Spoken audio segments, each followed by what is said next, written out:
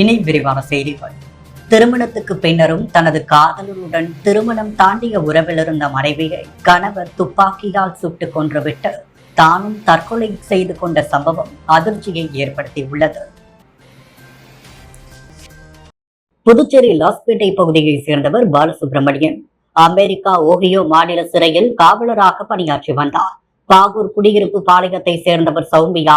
இவர்கள் இருவருக்கும் கடந்த 2015ஆம் ஆண்டு திருமணம் நடைபெற்றது. திருமணத்துக்கு பிறகு சௌமியாவை அமெரிக்காவுக்கு தன்னுடன் அழைத்து சென்றுள்ளார். சௌமியா அங்குள்ள ஒரு மருத்துவமனையில் வேலைக்கும் சேர்ந்துள்ளார்.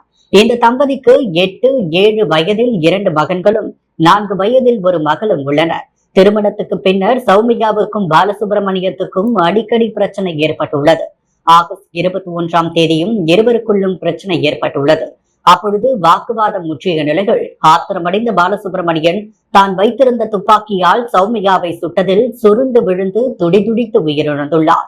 இதைத் தொடர்ந்து அதே துப்பாக்கியால் பாலசுப்ரமணியன் தன்னைத்தானே சுட்டு தற்கொலை செய்து கொண்டுள்ளார். துப்பாக்கி சத்தம் கேட்டதை அடுத்து அக்கம்பக்கத்தினர் போலீசாருக்கு தகவல் அளித்துள்ளனர். சம்பவ இடத்திற்கு விரைந்து சென்ற ஓஹியோ மாநில போலீசார் இருவரது சடலங்களையும் மீட்டு மருத்துவமனைக்கு அனுப்பி வைத்தனர். அவர்களது 3 குழந்தைகளும் காப்பகத்திற்கு அனுப்பி வைக்கப்பட்டுள்ளனர். இந்த சம்பவம் குறித்து புதுவையில் உள்ள இருவரது பெற்றோருக்கும் தகவல் தெரிவிக்கப்பட்டதை தொடர்ந்து இருவரது சடலங்களையும் இந்தியாவுக்கு கொண்டு வர மாவட்ட ஆட்சியரிடம் பெற்றோர்கள் மனு அளித்துள்ளனர். சௌமியா கடலூரை சேர்ந்த தனது உறவினரான இளைஞர் ஒருவருடன் அடிக்கடி பேசி வந்துள்ளார். இதனால் பாலசுப்ரமணியத்துக்கும் சௌமியாவுக்கும் அடிக்கடி தகராறு ஏற்பட்டுள்ளதை தொடர்ந்து பாலசுப்ரமணியன் இந்தியாவிற்கு வந்த பொழுது அந்த இளைஞர் குறித்து லாஸ்பேட்டை காவல் நிலையத்தில் புகார் அளித்துள்ளார். இதையடுத்து போலீசார் அந்த கடலூர் இளைஞரை அழைத்து விசாரித்துள்ளனர். சௌமியாவுடன் இனி தொடர்பு கொள்ளக்கூடாது என்றும் எச்சரித்துள்ளனர். பின்னர் சௌமியாவை இனி தொடர்பு கொள்ள மாட்டேன் என்று அவர் காவல் நிலையத்தில் கடிதம் எழுதி கொடுத்துவிட்டு சென்றுள்ளார். இதற்கு பிறகுதான் இந்த கொடூர சம்பவம் அரங்கேறியுள்ளது. இதுகுறித்து லாஸ்பேட்டை காவல் நிலைய விசாரணை அதிகாரிகள் கூறுகையில், சௌமியாவும் கடலூரை சேர்ந்த இளைஞரும் திருமணத்துக்கு முன்பிருந்தே காதலித்து வந்துள்ளனர். இந்த நிலையில் இருவருக்குமே வேறொருவருடன் திருமணம் ஆகிய நிலையில் திருமணம் தாண்டிய உறவில் இருந்துள்ளனர். சௌமியா இந்தியாவிற்கு வரும்போதெல்லாம் ஹோட்டலில் அறையெடுத்து தங்கி தனியாக இருந்துள்ளார். அப்பொழுது இருவரும் ஒன்றாக சேர்ந்து எடுத்துக்கொண்ட புகைப்படங்களை பாலசுப்ரமணியன் பார்த்துள்ளார். அப்பொழுது இருந்துதான் சௌமியாவிற்கும் பாலசுப்ரமணியத்திற்கும் தொடர்ந்து அடிக்கடி பிரச்சனை ஏற்பட்டுள்ளது. இந்த சம்பவத்தின் தொடர்ச்சியாகத்தான் இந்த கொடூர சம்பவம் அரங்கேறியுள்ளது என்று தெரிவித்துள்ளனர். இச்சம்பவம் அப்பகுதி மக்களிடம் பெரும் சோகத்தை ஏற்படுத்தியுள்ளது. கணவன் மனைவியின் பொறுப்பற்ற இந்த செயலால் 3 குழந்தைகளும் தற்பொழுது நிர்கதியாக நிற்கின்றன. புதுவையில் நீர்நிலைகள் மற்றும் ஆற்றுப்படுகையில் உள்ள அரசுக்கு சொந்தமான இடங்களை ஆக்கிரமிப்பு செய்யும் நபர்கள் மீது சட்டப்படி நடவடிக்கை எடுக்க வலியுறுத்தி காங்கிரஸ் கட்சியினர் ஆர்ப்பாட்டத்தில் ஈடுபட்டனர். புதுச்சேரி அரியாங்குப்பம் முதல் பூர்ணாங்குப்பம் வரை ஆற்றையொட்டி சொகுசு விடுதிகள் கட்டப்பட்டுள்ளது. விடுதிகள், நீர்நிலைகள் மற்றும் ஆற்றுப்படுகையில் உள்ள அரசுக்கு சொந்தமான இடங்களை ஆக்கிரமித்து வருவதாக கூறி கடந்த சில நாட்களுக்கு முன்னர் மாவட்ட ஆட்சியர் மற்றும் கொம்யூன் பஞ்சாயத்து ஆணையர் ஆகியோரிடம் புகார் அளித்தோம். இதுவரை எந்த நடவடிக்கையும் எடுக்காததை கண்டித்தும் இந்த ஆக்கிரமிப்புக்கு உடந்தையாக தொகுதியின் சட்டமன்ற உறுப்பினரும் சபாநாயகருமான செல்வம் இருப்பதாகவும் அதற்கு அவர் பதவி விலக வலியுறுத்தியும் தொகுதியின் முன்னாள் சட்டமன்ற உறுப்பினர் ஆனந்தராமன் தலைமையில் காங்கிரஸ் பொதுச் செயலாளர் சங்கர் மற்றும் வட்டார காங்கிரஸ் தலைவர் ஐயப்பன் ஆகியோர் முன்னிலையில் 75க்கும் மேற்பட்ட காங்கிரஸ் கட்சியினர் அரியாங்குப்பம் கொம்யூன் பஞ்சாயத்து அலுவலகத்தை முற்றுகையிட்டு கண்டன ஆர்ப்பாட்டத்தில் ஈடுபட்டனர். அப்பொழுது ஆக்கிரமிப்பில் ஈடுபடுபவர்கள் மீது சட்டப்படி நடவடிக்கை எடுக்கவும் சபாநாயகர் பதவி விலக வேண்டும் என கோஷம் எழுப்பினர். புதுவையில் முதலியார்பேட்டை பகுதியில் பூட்டப்பட்டிருந்த வீட்டில் வைக்கப்பட்டிருந்த பொருட்களை திருடி சென்ற வழக்கில் ஒருவரை கைது செய்த போலீசார் மேலும் 2 தேடி வருகின்றனர். புதுவை ஊப்பளம் நேதாஜி நகரை சேர்ந்தவர் அமர்தேஷ். பிரான்ஸ் குடியுரிமை பெற்ற இவர் அந்நாட்டு ராணுவத்தில் பணிபுரிந்து ஓய்வு பெற்றார். இவரது மனைவி சாந்தி அமர்தேஷ் இறந்த நிலையில் புதுச்சேரி ஊப்பளம் பகுதியில் சாந்தி வசித்து வந்தார். தான் குடியிருந்த வீட்டை சீரமைப்பதற்காக அதை பூட்டிவிட்டு அதே பகுதியில் உள்ள வாடகை வீட்டில் சில மாதங்களுக்கு முன்பு சாந்தி குடியேறிய நிலையில் பூட்டியிருந்த வீட்டில் கடந்த சில நாட்களுக்கு முன்பு மர்ம நபர்கள் புகுந்து சமையல் எரிவாயு சிலிண்டர், பட்டுப்புடவைகள், சமையல் பாத்திரங்கள் உள்ளிட்டவற்றை திருடி சென்றுள்ளனர். இது குறித்த புகாரின் பேரில் முதலியார்பேட்டை போலீசார் வழக்கு பதிந்து அப்பகுதியில் உள்ள கண்காணிப்பு கேமரா காட்சிகளை ஆய்வு செய்தனர். அதன் அடிப்படையில் அதே பகுதியை சேர்ந்த தவசி உள்ளிட்ட 3 பேர் திருட்டில் ஈடுபட்டது தெரிய வந்தது. அவர்களில் தவசியை கைது செய்த போலீசார் தலைமறைவான மற்ற இருவரை தேடி வருகின்றனர். லாஸ்பேட்டை ஸ்ரீ பெத்துச்செட்டிப்பேட்டை பகுதியில் உள்ள ஸ்ரீ பூஞ்சோலை ஸ்ரீ பொன்னியம்மன் ஆலய கும்பாபிஷேக விழாவையொட்டி இரவில் நடைபெற்ற அம்மன் திருவீதி விழாவை சப்தகிரி குடும்ப நிர்வாக இயக்குநர் VPS ரமேஷ்குமார் துவக்கி வைத்தார். புதுச்சேரி லாஸ்பேட்டை தொகுதிக்குட்பட்ட பெத்துச்செட்டிப்பேட்டை பகுதியில் அருள்மிகு பூஞ்சோலை மாரியம்மன் ஸ்ரீ பொன்னியம்மன் ஆலயம் உள்ளது. ஆலய பணிகள் நிறைவடைந்ததை அடுத்து கும்பாபிஷேக விழா நடைபெற்றது.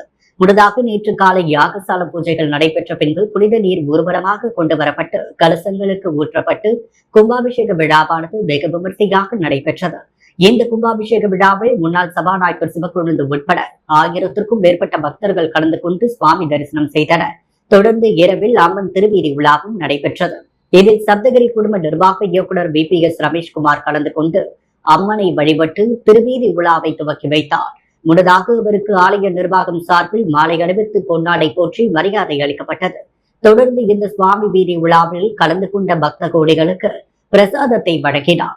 இந்த விழாவிற்கான ஏற்பாடுகளை ஆலயத்தின் நிர்வாகிகள் சிறப்பாக செய்திருந்தனர். ராஜ்பவன் தொகுதியின் பாஜக பொறுப்பாளர் ஆனந்த கண்ணனின் பிறந்த நாளையொட்டி அவருக்கு சட்டமன்ற உறுப்பினர் VP ராமலிங்கம் பொன்னாடை போற்றி வாழ்த்துக்களை தெரிவித்தார். புதுவை ராஜ்பவன் தொகுதி பாஜக பொறுப்பாளர் ஆனந்த கண்ணனின் பிறந்தநாள் விழா ஒவ்வொரு ஆண்டும் பல்வேறு நலத்திட்ட உதவிகள் வழங்கி வெகு விமர்சையாக கொண்டாடப்படுவது வழக்கம்.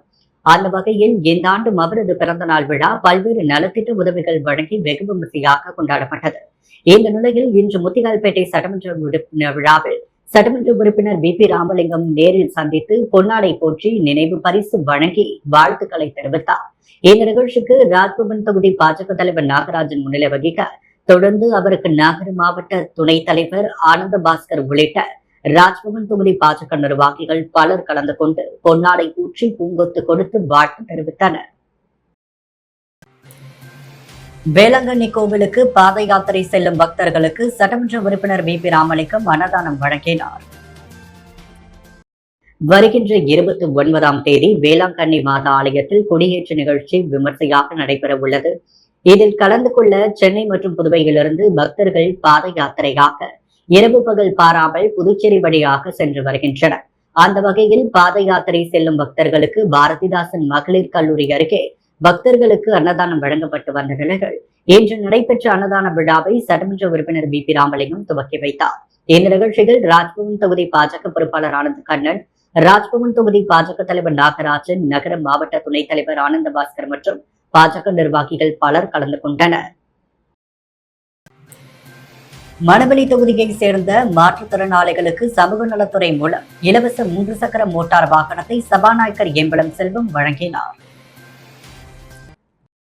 புதுச்சேரி அரசு சமூக நலத்துறை மூலம் மாற்றுத்திறனாளிகளுக்கு இலவச 3 சக்கர மோட்டார் வாகனம் வழங்கும் திட்டத்தின் கீழ் மணவெளி தொகுதியை சேர்ந்த 11 பயனாளிகளுக்கு தொகுதி சட்டமன்ற உறுப்பினரும் சட்டப்பேரவைத் தலைவருமான ஏம்பலம் செல்வம் வழங்கினார். இந்த நிகழ்ச்சியின் பொழுது சமூக நலத்துறை துணை இயக்குநர் ஆறுமுகம், தொகுதி முக்கிய பிரமுகர்கள், பாஜக மாநில விவசாய அணி தலைவர் ராபு, பொதுச் செயலாளர் சக்திபாலன், மாவட்ட தலைவர் சுகுமாரன், துணைத் தலைவர் மணிகண்டன், கூட்டுறவு சங்க முன்னாள் இயக்குநர் சக்திவேல், முன்னாள் தொகுதி தலைவர் லட்சுமிகாந்தன், தானம்பாளையம் ஞானசேகரன் உள்ளிட்டோர் உடனிருந்தனர். புதுச்சேரி திலகர் நகரில் உள்ள ஸ்ரீ நவசக்தி விநாயகர் ஸ்ரீ நவசக்தி மாரியம்மன் ஆலயத்தில் நடைபெற்ற கும்பாபிஷேக விழாவில் ஏராளமான பக்தர்கள் கலந்து கொண்டு சுவாமி தரிசனம் செய்தனர். புதுச்சேரி திலகர் நகர் பகுதியில் ஸ்ரீ நவசக்தி விநாயகர் ஸ்ரீ நாகசக்தி மாரியம்மன் ஆலயம் உள்ளது. இவ்வாலயத்தின் திருப்பணிகள் முடிவடைந்த நிலையில் கடந்த 21ஆம் தேதி கணபதி ஹோமம் துவங்கியதை தொடர்ந்து யாகசால பூஜைகள் நடைபெற்ற நிலையில் இன்று 4ஆம் கால யாகசால பூஜை, அதை தொடர்ந்து பூர்ணாகுதி மற்றும் கடம்புறப்பாடு நடைபெற்று ஊர்வலமாக வந்து கலசங்களுக்கு புனித நீர் ஊற்றப்பட்டு கும்பாபிஷேக விழாவானது வெகு விமர்சையாக நடைபெற்றது. இதில் திரளான பக்தர்கள் கலந்து கொண்டு சுவாமி தரிசனம் செய்தனர். புசு வீதிகள் யூ வடிவ வாய்க்கால் அமைக்கும் பணியை சட்டமன்ற உறுப்பினர் அனிபால் கன்னடி அதிகாரிகளுடன் சென்று ஆய்வு மேற்கொண்டார். புதுச்சேரி உப்பளம் தொகுதிக்குட்பட்ட புசி வீதியில் யூ வடிவ வாய்க்கால் அமைக்கும் பணியை உப்பளம் தொகுதி திமுக சட்டமன்ற உறுப்பினர் அனிபால் கன்னடி அதிகாரிகளுடன் நேரில் சென்று ஆய்வு மேற்கொண்டார். மழை நீர் நாட்களில் தண்ணீர் சாலையில் தேங்கி பொதுமக்களும் பெருமளவில் பாதிப்பாக இருந்து வந்தது. இதுகுறித்து இதுவரை பல அதிகாரிகளை தொடர்ச்சியாக சட்டமன்ற உறுப்பினர் தொடர்பு கொண்டதன் அடிப்படையில் இந்த பணி நடைபெற்று வருகிறது. அங்கு புரியும் பணியாட்களுக்கு காலில் அணியும் பூட்ஸ் மற்றும் பாதுகாப்பு உபகரணங்கள் வழங்கி பணிகளை பார்வையிட்டார். புதுவையில் வன்னியர் சங்க கொடிக்கம்பம் அகற்றப்பட்டதை கண்டித்து பாட்டாளி மக்கள் கட்சியினர் கடலூர் சாலையில் மறியலில் ஈடுபட்டதால் போக்குவரத்து பாதிக்கப்பட்டது. புதுச்சேரி கடலூர் சாலையில் போக்குவரத்துக்கு இடையூறாக இருக்கும் ஆக்கிரமிப்புகள் அகற்றப்பட்டு வருகிறது. அதன்படி கடையின் பெயர் பலகைகள், சாலையோர கடைகள் என அனைத்தும் அகற்றப்பட்டு வருகிறது.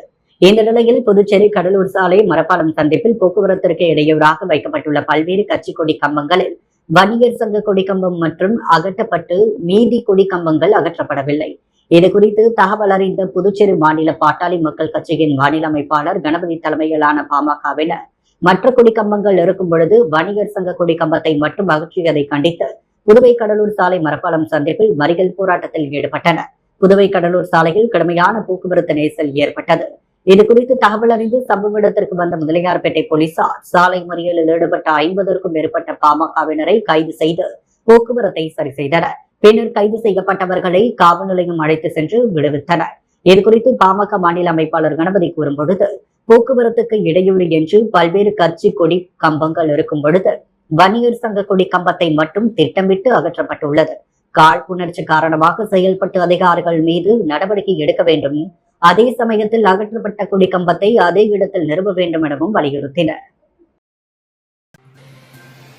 உச்சநீதிமன்ற அறிவுறுத்தலின் பேரில் புதுவை மத்திய சிறைச்சாலையை புதுவை மாவட்ட ஆட்சியர் குலோத்துங்கன் ஆய்வு செய்து சிறைவாசிகள் எண்ணிக்கைக்கு ஏற்ப சிறை ஊழியர்கள் பணியமர்த்தப்பட்டுள்ளனரா என்று ஆய்வு மேற்கொண்டார். இந்த ஆலோசனை கூட்டத்தின் ஒரு பகுதியாக புதுவை மத்திய சிறையில் புதுவை மாவட்ட ஆட்சியர் குலோத்துங்கன் அனைத்து பகுதிகளையும் ஆய்வு செய்தார். சிறை கைதிகள் எண்ணிக்கைக்கு ஏற்ப போதுமான இடவசதி உள்ளதா என்றும், கொலை குற்றவாளிகள், குண்டாஸ், தொடர் குற்றவாளிகள், 3ஆம் பாலினத்தவர் மற்றும் இளம் குற்றவாளிகள் போன்றோரை அடைக்க தனிப்பகுதி ஏற்படுத்தி உள்ளதா என்றும், சிறைவாசிகள் எண்ணிக்கைக்கு ஏற்ப சிறை ஊழியர்கள் பணியமர்த்தல் பட்டுள்ளனரா என்றும் ஆய்வு செய்தார். மேலும் சிறையில் சிறைவாசிகள் நல்வழிப்படுத்த ஏற்படுத்தப்பட்டுள்ள சீர்திருத்த நடவடிக்கைகளையும் கேட்டறிந்தார். பின்பு சிறையில் ஏற்படுத்தப்பட்டுள்ள இயற்கை விவசாயம், பேக்கரி, கைத்தறி, ஜெயில் எஃப் மற்றும் கைவினைப் பொருட்கள் போன்றவற்றை பார்வையிட்டு மரக்கன்றுகளை நட்டு சிறைவாசிகளிடம் கலந்துரையாடினார். இந்த நிகழ்வில் டிசிஆர் நாத் அர்ஜுன், ராமகிருஷ்ணன், தலைமை கண்காணிப்பாளர் அழகேசன், கண்காணிப்பாளர் பாஸ்கரன், தாசில்தார் ஜோதிபனி, ராகேஷ் கண்ணா மற்றும் பொதுப்பணித்துறை அதிகாரிகள் உடனிருந்தனர். தேங்காய் திட்டு அரசு பள்ளி 10ஆம் வகுப்பு மாணவர்களுக்கு இலவச மிதிவண்டி வழங்கும் நிகழ்ச்சி சட்டமன்ற உறுப்பினர் பாஸ்கர் தலைமையில் நடைபெற்றது. புதுச்சேரி அரசு கல்வித்துறை சார்பில் அனைத்து அரசு பள்ளியில் பயிலும் 10ஆம் வகுப்பு மாணவ மாணவிகளுக்கு இலவச மிதிவண்டிகளை வழங்கி வருகிறது. அரியாங்குப்பம் சட்டமன்ற தொகுதிக்குட்பட்ட தேங்காய் திட்டு பகுதியில் இயங்கும் தமிழ்கடல் ராமகிருஷ்ணன் அரசு உயர்நிலைப் பள்ளிகள் 10ஆம் வகுப்பு மாணவர்களுக்கு சட்டமன்ற உறுப்பினர் பாஸ்கரன் தட்சிணாமூர்த்தி தலைமையில் இலவச மிதிவண்டிகளையும் 6 முதல் 10ஆம் வகுப்பு வரையில் உள்ள மாணவர்களுக்கான பாட குறிப்பேடுகளையும் வழங்கினார். முன்னதாக பள்ளியின் தலைமை ஆசிரியர் குணசேகரன் விருந்தினர்களை வரவேற்று பேசினார். இந்த நிகழ்ச்சிக்கான ஏற்பாடுகளை பள்ளியின் ஆசிரியைகள் செய்திருந்தனர். இந்த நிகழ்ச்சியில் என்ஆர் காங்கிரஸ் உள்ளிட்ட கூட்டணி கட்சி நிர்வாகிகள் பலர் உடனிருந்தனர்.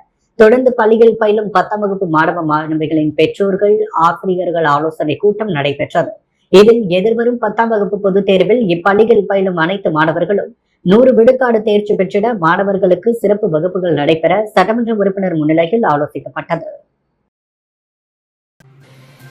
வழக்கறிஞர் சசிபாலன் பிறந்த நாளையொட்டி உழவர்கரை தொகுதிக்குட்பட்ட கனகநேரி பகுதியில் அன்னதானம் வழங்கப்பட்டது.